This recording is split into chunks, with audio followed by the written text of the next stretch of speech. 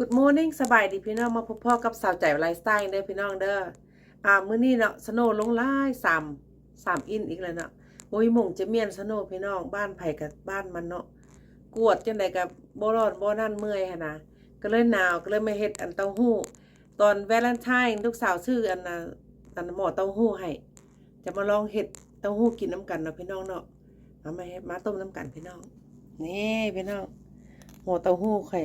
หน้าตาจะออกมาเป็นแบบนี้เนาะตัวเก่าของข่อยที่ว่ามีหลายปีแล้วค่ะนะมันใหม่เนาะมันหลายปีแล้วแต่ลูกยังน้อยเนาะพี่น้องเนาะตัวนี้ตัวใหม่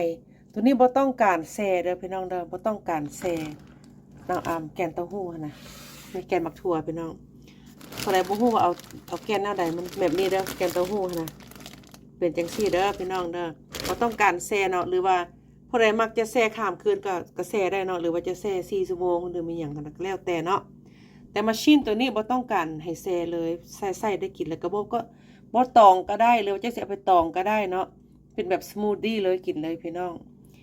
ข่อยก็บ่มีหยังหลายเด้อพี่น้องมีน้ำตาลเนาะน้ำตาล is option if you like sugar put sugar and I have a little bit of salt which is sea salt I have 2 pieces of gingers เอาขิงใส่น้อยนึงให้มันหอมเด้อพี่น้องเด้อมีใบเตยก็หลังจากเฮาปั่นแล้วเฮาไปต้มใส่ใบเตยก็หอมดีแต่ใบเตยบ่มีบ่ได้ออกไปตลาดพี่น้องก็จะใส่สิ่งที่เฮามีเนาะมันก็จะมีเท่านี้แล้วก็มีน้ำพี่น้องน้ำเย็นเด้อโอเคมาต้มน้ำกันพี่น้องเฮาก็สิมาอันนั้นเบิ่งเด้อก็สิเฮ็ดให้เบิ่งเฮาก็สิมาไข่มันเนาะไข่ฝามันออกนี่มันหน้าตาจะเป็นแบบนี้เด้อพี่น้องเด้อเฮาก็จะเอาขิงใส่เนาะ this is ginger I put ginger and I put just tiny bit of sugar just น้อยหนึ่งแล้วน้ำตาลพอแต่แบบมีรสชาตินะพี่น้องให้มันมีรสชาติน้อยหนึ่งเนาะ and then a little bit of sugar just that's it ใส่น้อยหนึ่งนะพี่น้องแล้วก็ค่อยจะเอาน้ำใส่ water ในให้ฮอตเส้น500 ml เนาะก็พอดีเลยจอกนี่จอกสีแดงตัวนี้นะเต็มนี่พอดี500 ml เห็นบ่เจ้าเห็นบ่ขีดมันจะมีขีดบอก500 ml เนาะแล้วบักทั่วพี่น้องอันนี้บักทั่วเนี่ยจะใส่4 tablespoon นะ1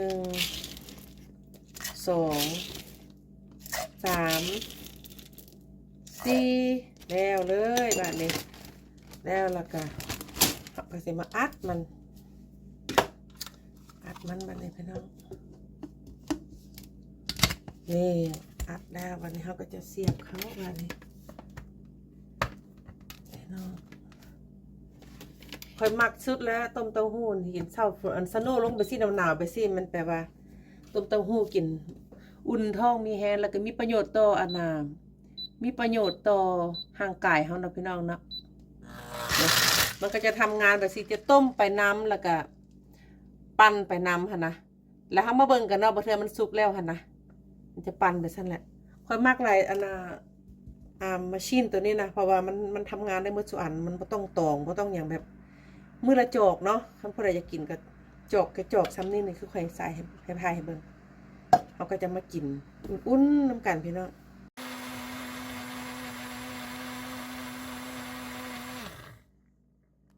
เต้าหู้ของเขาก็ปั่นมันแล้วก็จะได้ทำนี่คือว่าคือซ้ำน้ำใส่กันแหละมากินเต้าหู้น้ำกันเด้อบัดนี้เด้อพี่น้องนี่แล้วเขาก็ถอกใส่จอกเขานะพี่น้องเนาะขุ่นนะแซ่บได้พี่น้องมันเป็นแบบสมูทตี้เลยนะคักอยู่ได้นี่พี่น้อง look so yummy look so good กล้องจะมัวหนึ่งได้เพราะว่าไอฮ้อนเพิ่นพี่น้องผู้ดีจอกจอกหนึ่งเลยนี่จอกนี่นะสิผู้ดีเลยนี่จอกนี่โอ้ยัมมี่พี่น้องผู้ใดมักน้ำเต้าหู้คือข่อยบ่เนาะมาพี่น้องหลังจากเขาต้มแล้วเนาะนาวลายข่อยไปติดเลือดเมื่อกี้นี่เขามา